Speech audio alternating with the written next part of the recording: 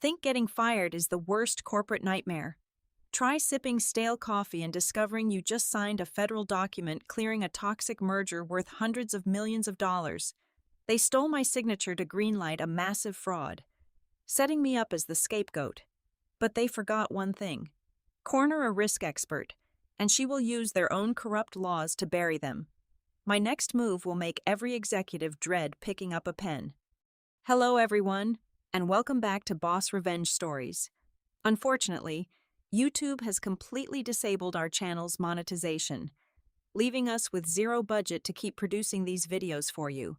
If you enjoy today's story and want to help us survive, please consider supporting us on Patreon, where you can listen to exclusive, unbelievably true stories featuring multiple emotional voice actors that we simply cannot make public here. You can join us by scanning the quick response code on your screen or by clicking the Patreon link in the description or the pinned comment of this video.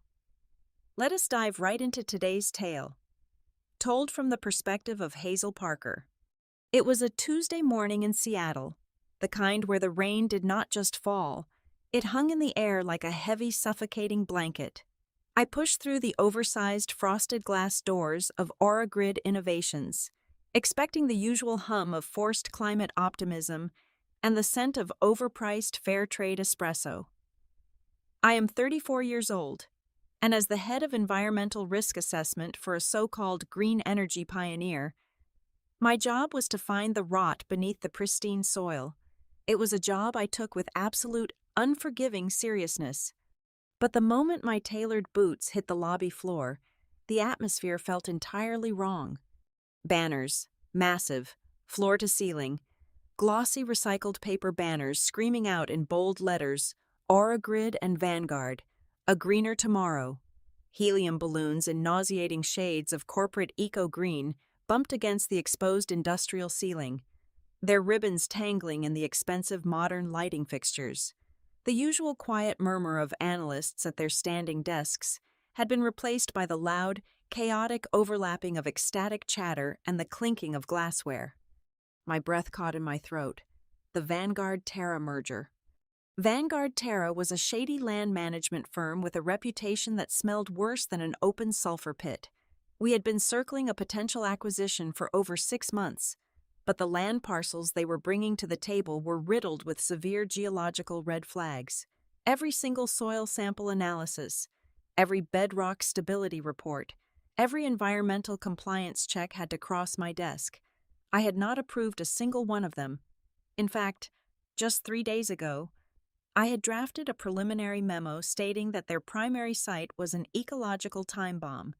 Yet, here we were. The merger had somehow been approved and finalized while I was asleep in my own bed. Across the open-plan floor, bathed in the morning light streaming through the floor-to-ceiling windows, stood Marcus Vance, our chief executive officer. He was surrounded by a sycophantic swarm of mid-level managers and public relations executives. He held a freshly popped bottle of vintage champagne, the expensive foam spilling over his perfectly manicured hands and dripping onto the sustainable bamboo flooring.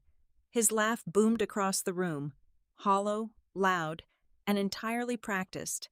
I stood frozen by the sleek wooden reception desk, clutching my leather briefcase. For a brief second, his eyes met mine.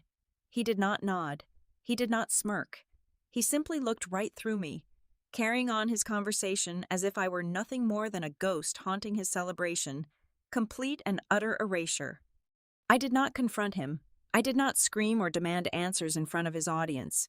My instincts, honed by nearly 10 years of navigating treacherous corporate minefields, kicked in immediately. I slipped away from the cheering crowd, keeping my head down, and locked myself inside my glass-walled office.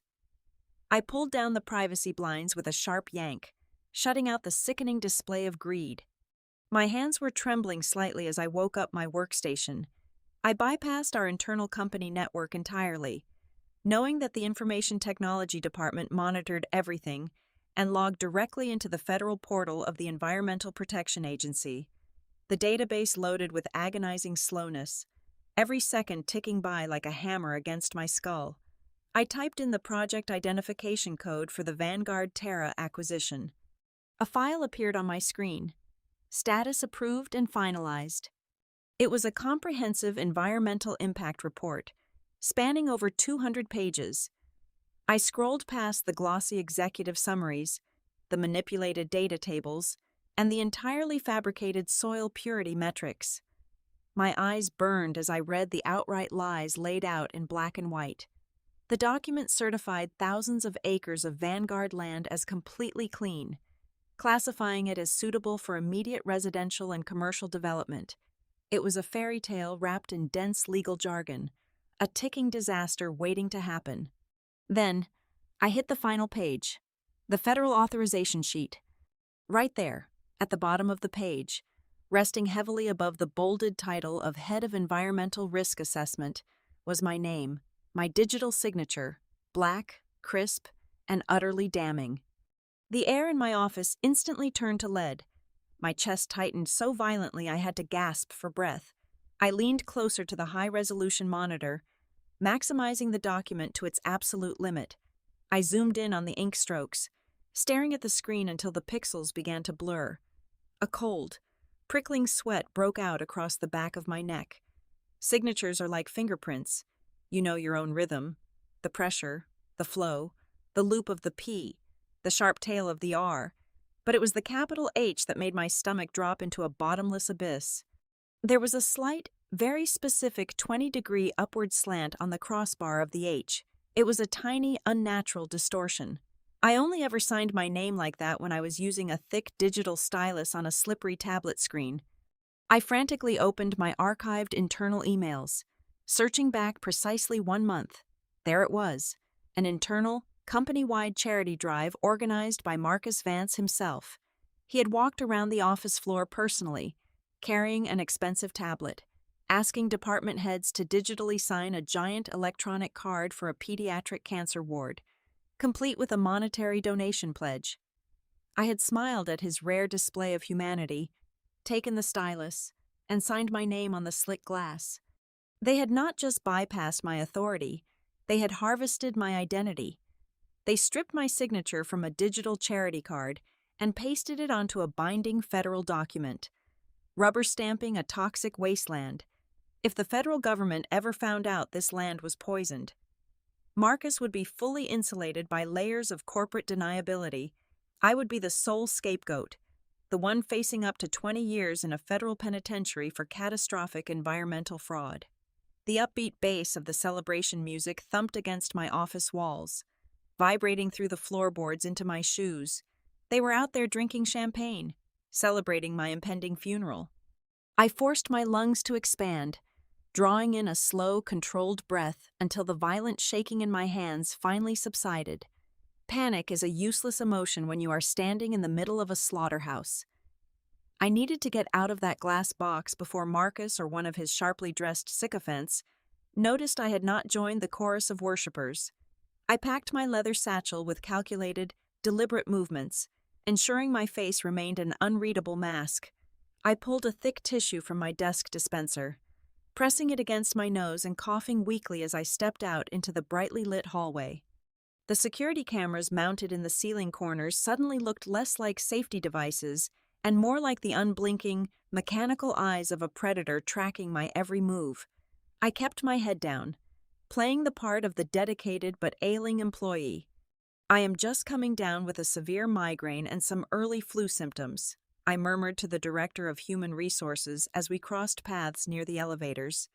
"I am going to finish up my risk assessments from home so I do not infect the entire floor." She offered a sympathetic nod, completely unaware of the radioactive secret I was carrying. Once I stepped inside the elevator, the heavy steel doors sliding shut felt like a temporary shield against a pack of wolves. My apartment was a sanctuary of absolute silence, save for the rhythmic drumming of the Seattle rain against the reinforced glass of my living room windows. I did not bother turning on the main overhead lights. The cold, bluish glow of my triple monitor setup on my heavy oak desk was the only illumination I needed. I poured myself a steaming mug of bitter black coffee, the scalding heat grounding me in reality. I was entirely alone, isolated in an apartment high above the city streets. surrounded by the invisible architecture of a corporate betrayal so deep it made my blood run cold. They controlled the office, the media narrative, and the local area network. But I controlled the data, or at least, I knew exactly how to hunt for the data they foolishly thought they had buried in the digital graveyard.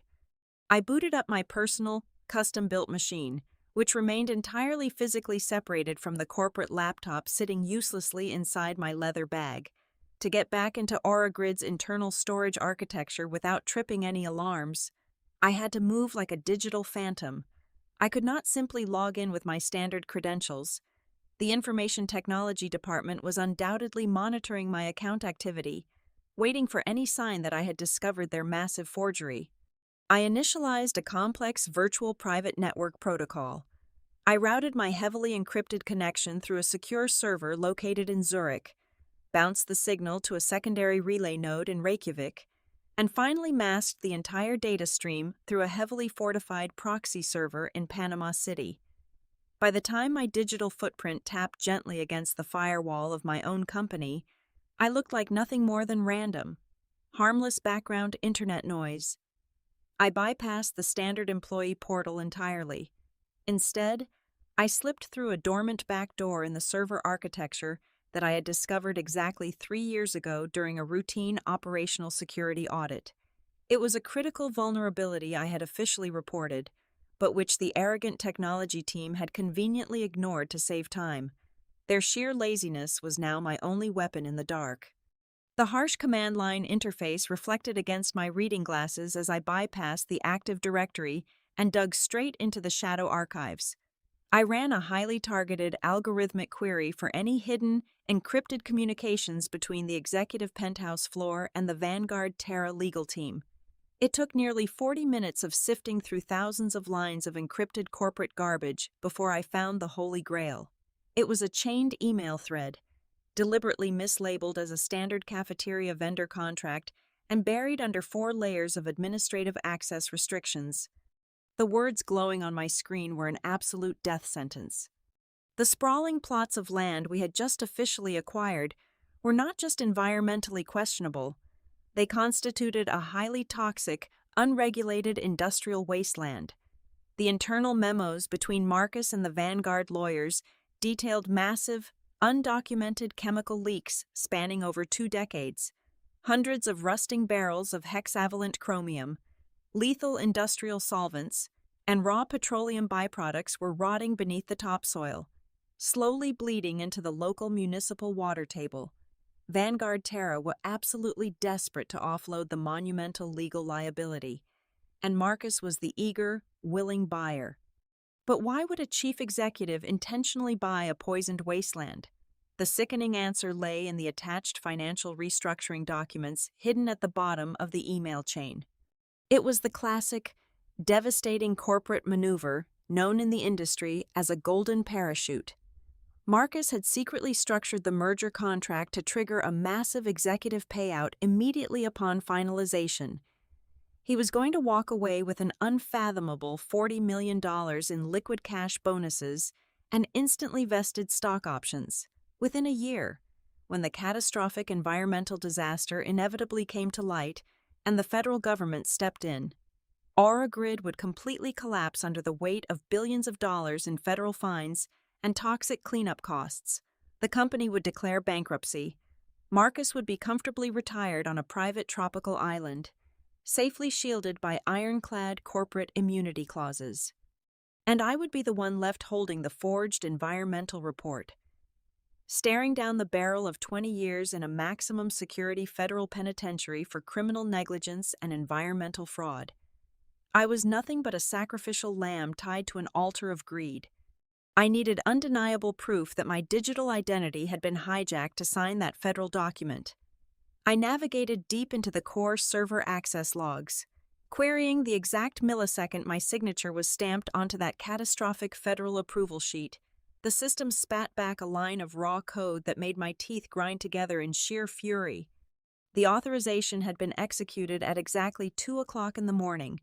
I had been fast asleep in my bed, miles away from a computer.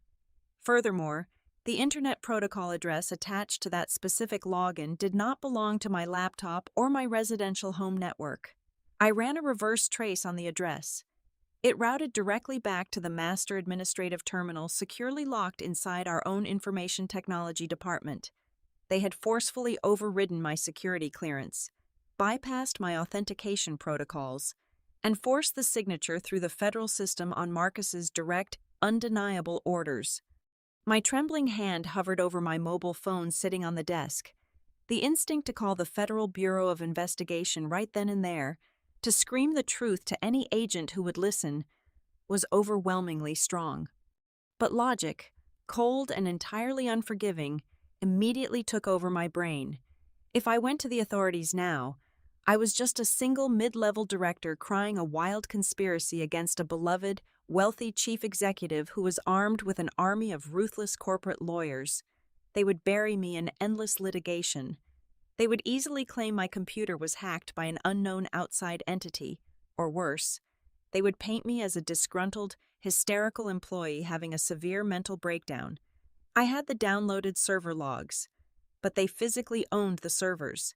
They could easily wipe the entire digital trail clean before a federal subpoena ever arrived at the building. I slowly pulled my hand away from the phone, the screen fading to black.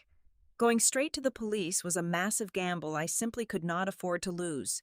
If I truly wanted to survive this nightmare, I could not just expose the lie and hope the justice system worked.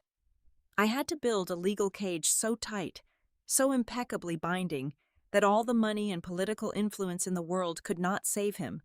I had to lock every single one of his escape routes first. I had to let him think he had completely won. Right up until the exact second I snapped the trap shut on his neck. Returning to the office on Thursday morning required a performance worthy of a major theatrical award. The fabricated migraine excuse had bought me exactly 36 hours of absolute isolation to uncover their scheme. And now I had to walk back into the lion's den with a pleasant, unsuspecting smile painted on my face. I chose a soft beige blouse and kept my posture deliberately submissive, casting my eyes downward as I walked past the executive suites. The very first thing I did upon sitting at my desk was open my corporate email client. I composed a message directed straight to Marcus Vance. "Dear Marcus," I typed, forcing my fingers not to shatter the keyboard with the force of my keystrokes. "I want to extend my most sincere congratulations on the successful Vanguard-Terra merger. It is a monumental step forward for AuraGrid. Please let me know how the Environmental Risk Department can best support the upcoming transition." I hit send. It was a sickening piece of corporate bootlicking, but it was absolutely vital. I needed him to believe I was completely oblivious, a loyal, defeated mid-level soldier blindly falling into line. Within 10 minutes, my phone vibrated. I received a brief reply from his mobile device. "Thanks, Hazel." He had taken the bait perfectly. His guard was completely down. Now, it was time to build the guillotine. Every quarter, AuraGrid underwent a mandatory, excruciatingly dull process known as the Internal Liability Insurance Contract Review. It was a procedural nightmare designed to update the indemnification clauses for the entire board of directors. Essentially, it was the complex legal paperwork that protected the executives from personal financial ruin if the company was ever subjected to a massive lawsuit. As the head of environmental risk assessment, I was required by corporate bylaws to contribute to the environmental liability sections of this policy.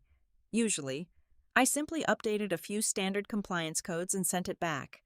This time, I was writing a masterpiece of destruction. I drafted a brand new addendum to the master insurance policy.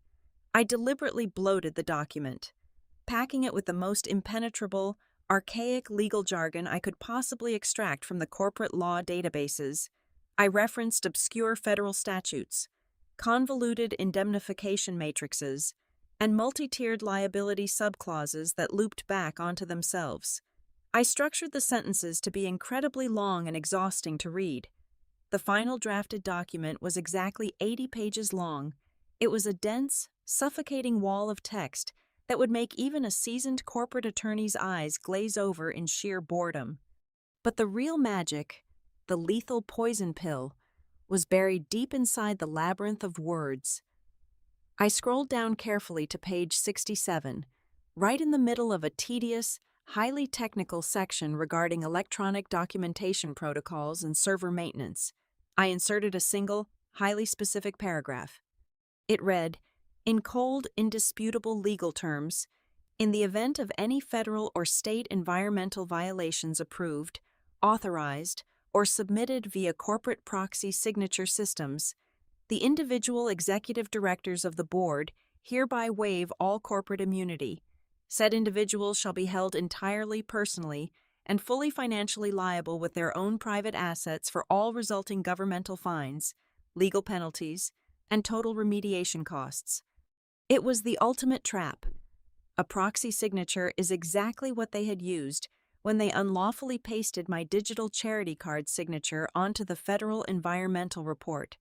By signing this new addendum, Marcus would be legally declaring that if a proxy signature was ever used to commit environmental fraud under his watch, his own personal bank accounts, his luxury real estate, and his offshore stock portfolios would be fully exposed to federal seizure to pay for the toxic cleanup.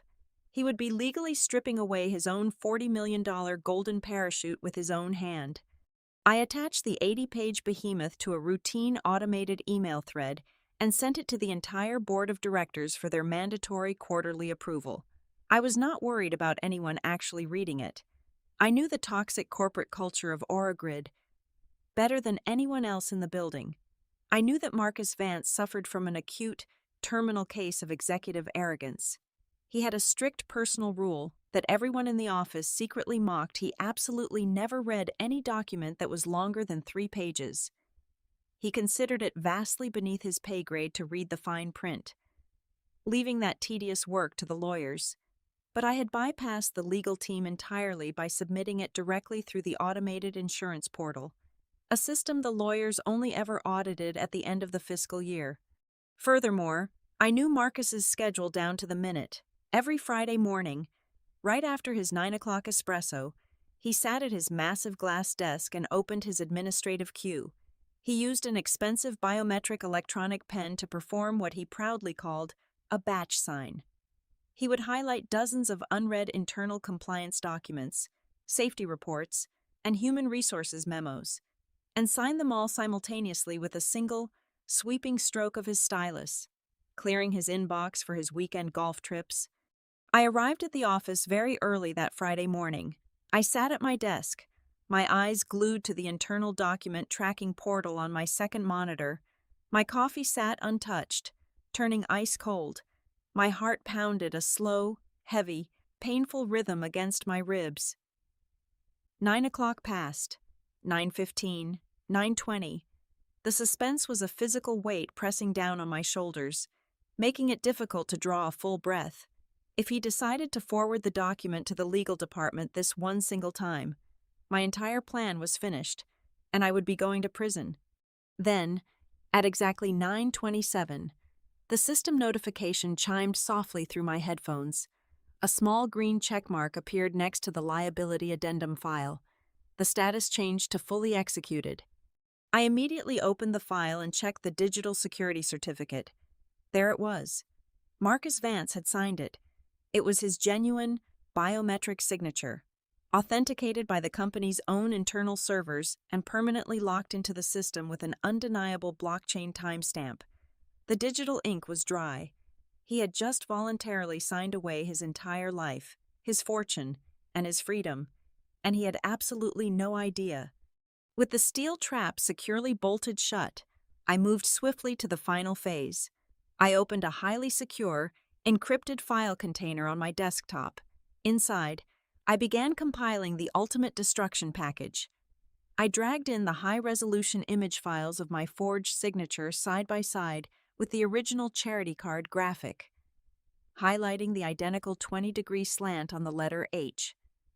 I added the reverse trace server logs, proving the information technology department had hijacked my account at 2 o'clock in the morning. I included the hidden, heavily encrypted emails between Marcus and Vanguard Terra detailing the lethal chemical leaks and the rotting barrels of toxic waste. Finally, I attached a pristine, certified copy of the newly signed 80-page liability addendum, with page 67 brightly highlighted in yellow. I drafted a brief, sterile cover letter addressed directly to the Criminal Investigation Division of the United States Securities and Exchange Commission, and I carbon copied the Emergency Response Unit of the Environmental Protection Agency. I did not send the email right away. Timing in business is everything, and timing in a revenge operation is an absolute art form.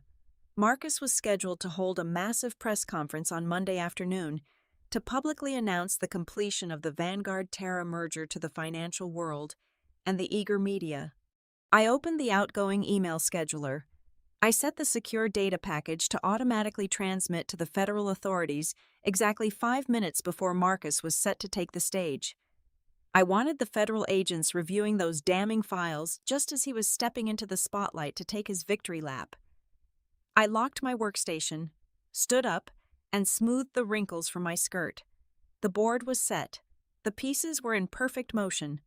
All that was left to do was to sit back in the shadows and watch the arrogant emperor burn his own kingdom to the ground. The multi-million-dollar press conference was hosted on the glass-enclosed rooftop of the most opulent, ridiculously overpriced hotel in downtown Seattle.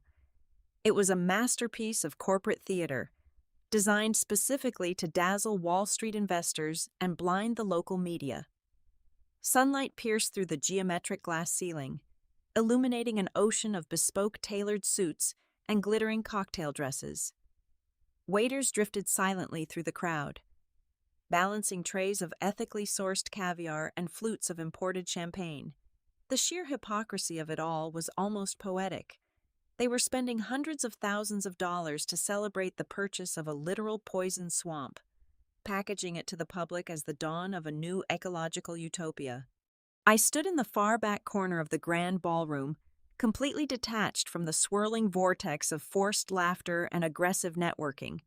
I had chosen to wear a simple, razor-sharp black dress. It felt highly appropriate, considering I was essentially attending a funeral. I held a crystal glass of sparkling mineral water, its icy condensation chilling my fingers, and coldly observed the extravagant stage constructed at the front of the room.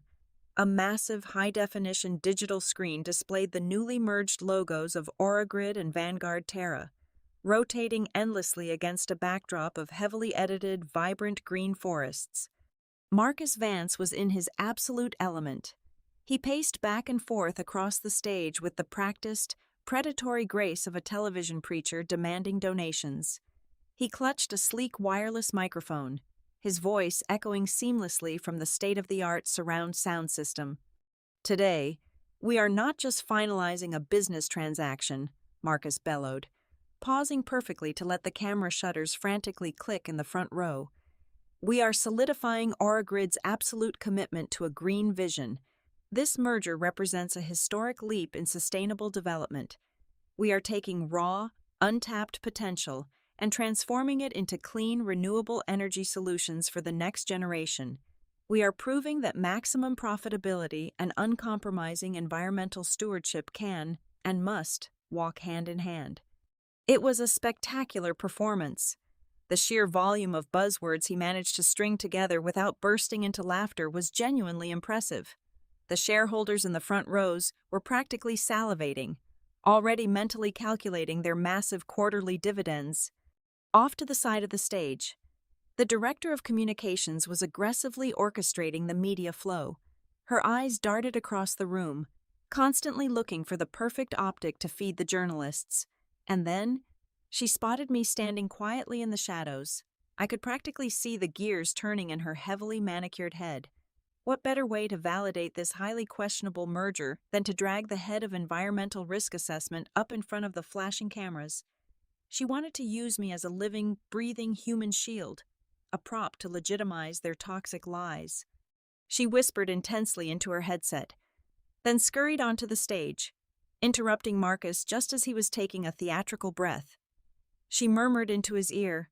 Marcus's face broke into an impossibly wide, predatory smile. He pointed a perfectly manicured finger directly at my dark corner of the room. "And none of this monumental progress would be possible without our dedicated team," Marcus announced. his voice oozing with a sickeningly fake warmth. "Ladies and gentlemen, I want to take a special moment to recognize the silent, tireless dedication of the woman who meticulously inspected every single inch of this acquisition.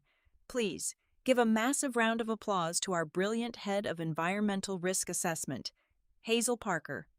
The heavy spotlight violently swung across the room, pinning me against the dark mahogany wall. Hundreds of heads turned in unison.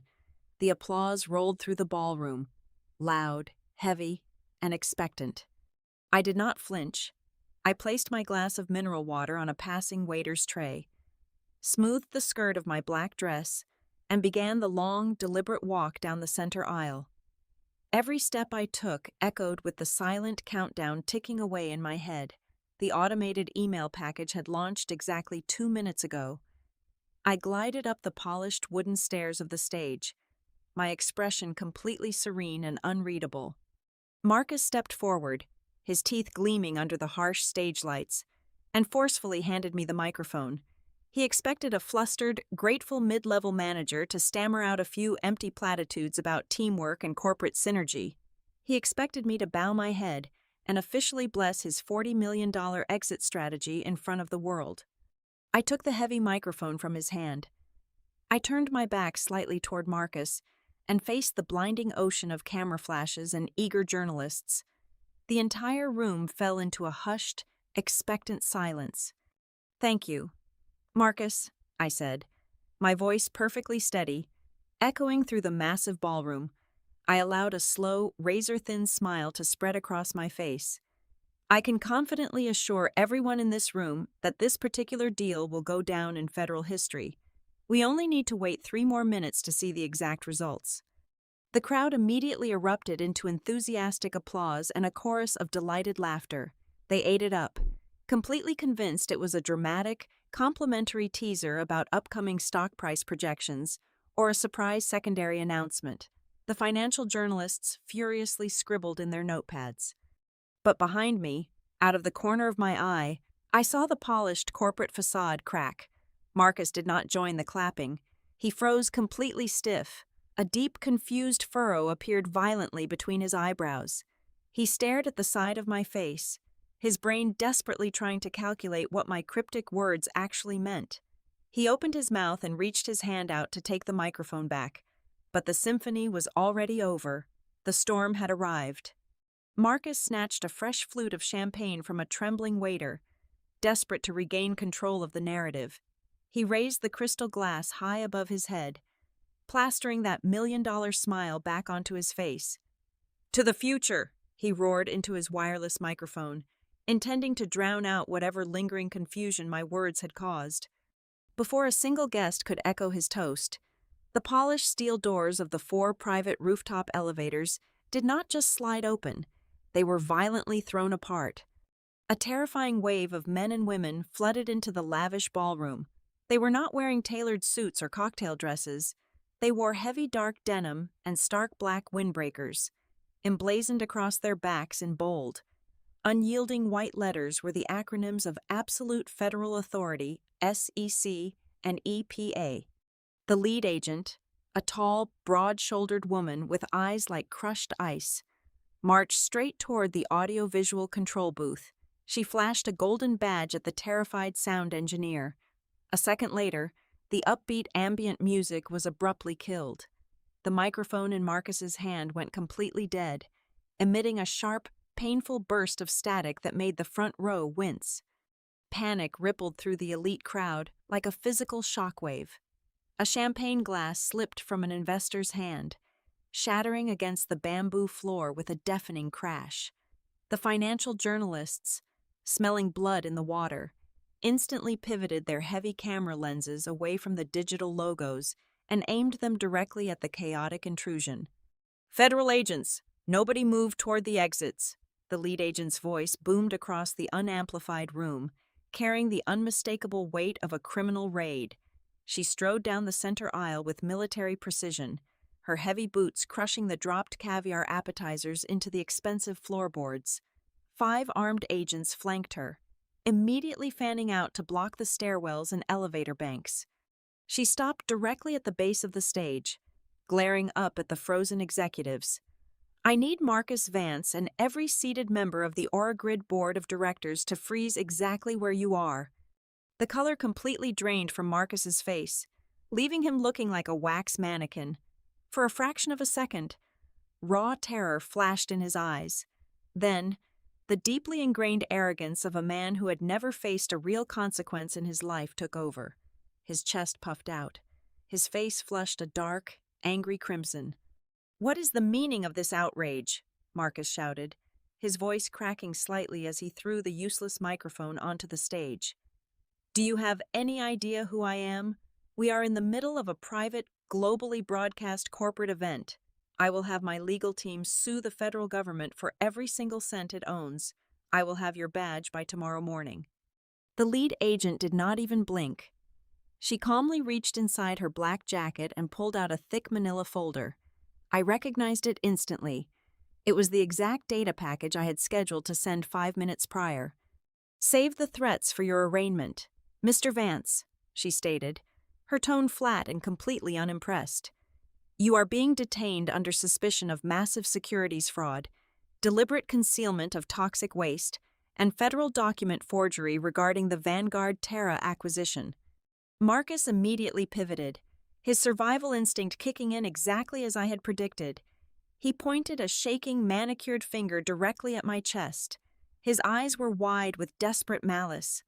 "If there is any environmental legal issue, you need to arrest her," he screamed, his voice echoing off the glass ceiling. "Ask her. She is the head of risk assessment. She is the one who signed the environmental evaluation. It is her signature on the federal authorization sheet, not mine. I relied on her professional expertise." The crowd gasped, all eyes darting frantically between me and the screaming chief executive. I remained perfectly still, my hands resting lightly at my sides, watching him dig his own grave on live television. The lead agent flipped open the manila folder. She pulled out a high-resolution printed photograph and held it up. "We already ran a preliminary check on the digital file you submitted to the federal portal at 2 o'clock in the morning," the agent replied, her voice cutting through the silent room like a razor blade. "We checked the file metadata. Miss Parker's signature is a crude copy and paste job from a commercial photo editing software. It was lifted directly from an internal charity document." The silence in the ballroom became absolute, suffocating, and incredibly heavy. Marcus took a staggering step backward. His mouth opened and closed like a dying fish. The sweat was now pouring down his forehead, ruining his expensive makeup foundation. "That is impossible," he stammered, his confident facade shattering into a million pathetic pieces. "That must be a software glitch, or the administrative department made an unauthorized filing error. I have thousands of employees. I cannot oversee every single keystroke." It was over. The predator was caught in the snare, bleeding out on the very stage he had built for his coronation. I turned away from the blinding cameras. I slowly walked across the stage, my heels clicking methodically against the wood.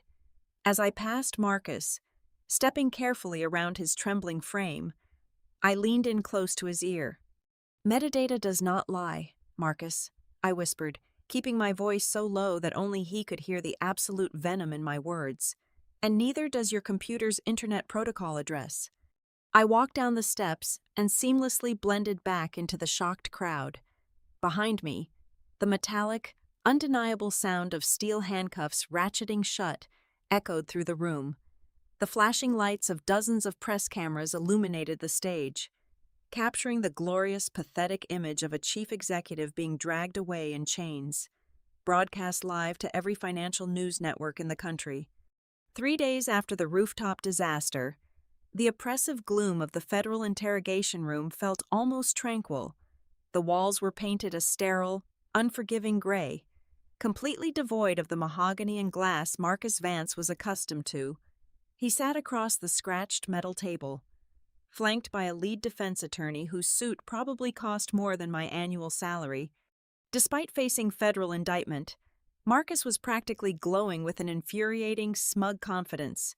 I watched him through the two-way mirror in the observation deck. He leaned back in his unforgiving metal chair, casually adjusting his silk tie. My client has absolutely nothing more to say regarding the internal operational failures of Oragrid, the defense attorney droned, his voice dripping with condescension. The corporation will accept the federal fines. The corporation will inevitably file for bankruptcy. It is a tragic managerial oversight. Certainly. But Mr. Vance is fully protected under standard corporate limited liability laws. You cannot touch his personal assets, his $40 million compensation package, his offshore trusts, his private real estate.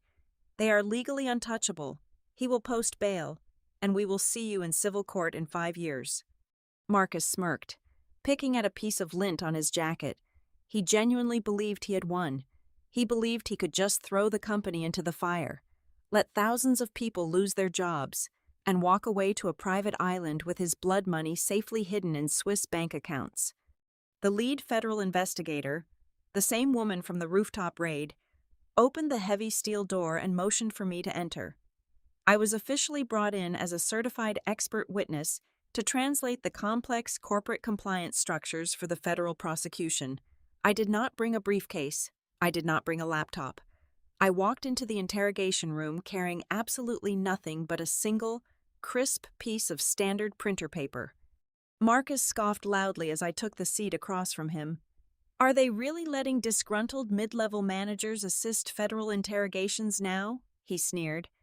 I ignored his pathetic attempt at intimidation. I placed the single piece of paper face down on the center of the metal table and slid it precisely to the middle. I looked directly into the eyes of the lead investigator. Mr. Vance's legal counsel is entirely correct regarding standard corporate liability shields, I stated clearly, my voice steady and completely devoid of emotion. Under normal operating procedures, a chief executive cannot be held personally and financially responsible for the negligent actions of the corporation. Marcus leaned forward, a triumphant, sickening grin spreading across his face.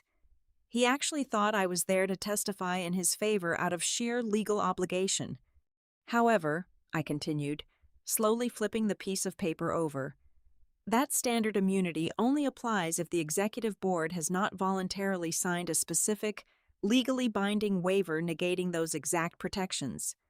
The smug smile instantly vanished from Marcus's face. His attorney lunged forward, snatching the paper from the metal table. His eyes scanned the document with desperate, frantic speed. What I have presented to the federal investigators is page 67 of the Oragrid Mandatory Quarterly Liability Insurance Addendum, I explained, leaning back in my chair and crossing my arms. It was drafted, distributed, and officially executed internally last Friday morning. As you can see, there is a very specific clause regarding environmental violations authorized via corporate proxy signature systems. The attorney's face turned a horrifying shade of gray. His hands actually began to shake as he read the impenetrable legal jargon I had meticulously crafted. What is it? Marcus snapped, his voice pitching upward in sudden, uncontrollable panic. What does it say? It is just an internal insurance review. It means absolutely nothing. It means exactly what you signed it to mean. Marcus, I replied, staring directly into his terrified eyes. You waived your personal corporate immunity, specifically and voluntarily. You legally declared that if a proxy signature was used to commit environmental fraud, you would be held completely and entirely financially liable with your own private assets for all federal penalties and total cleanup costs. I never read that, Marcus screamed, slamming his fist onto the table. I never approved that. It is a trick.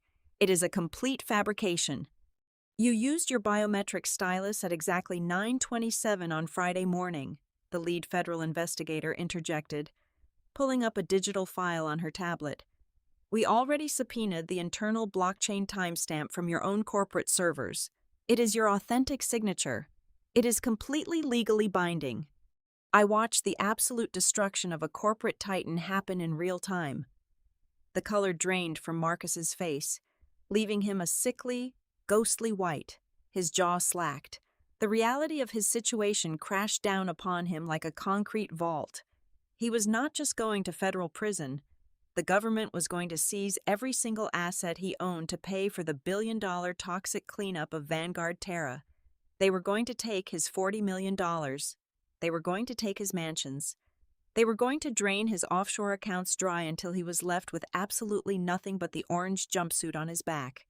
He had orchestrated a brilliant, ruthless plan. He had stolen my identity, forged my signature, and intended to sacrifice my life just to secure his own golden parachute. But in the end, his fake signature was designed to kill me, while his genuine signature had perfectly and legally hanged himself. "You," Marcus gasped, his voice reducing to a pathetic, trembling whisper. "You did this to me." "No," I replied, standing up from the metal chair. "You did this to yourself because you thought you were too important to read the fine print." I turned my back on him and walked out of the heavy steel door, leaving him to the mercy of the federal justice system. When I stepped out of the federal building and onto the bustling Seattle pavement, the endless rain had finally stopped. A rare, brilliant sunlight washed over the towering glass skyscrapers of the financial district. I took a deep breath of the crisp, clean air. My mobile phone vibrated in the pocket of my coat. I pulled it out and glanced at the screen. It was an encrypted email from the director of the Securities and Exchange Commission. The subject line was brief and to the point. It was a formal offer to join the federal government as the chief advisor for corporate fraud prevention. I smiled, sliding the phone back into my pocket. They thought power in this city belonged to the men in the corner offices, the ones who commanded millions of dollars with a single phone call. But they were wrong. I had just proved to the entire world that the greatest, most devastating power does not belong to the chief executive sitting on the throne. The ultimate power belongs entirely to the quiet risk controller holding the pen. Thank you so very much for taking the time to listen to this entire story.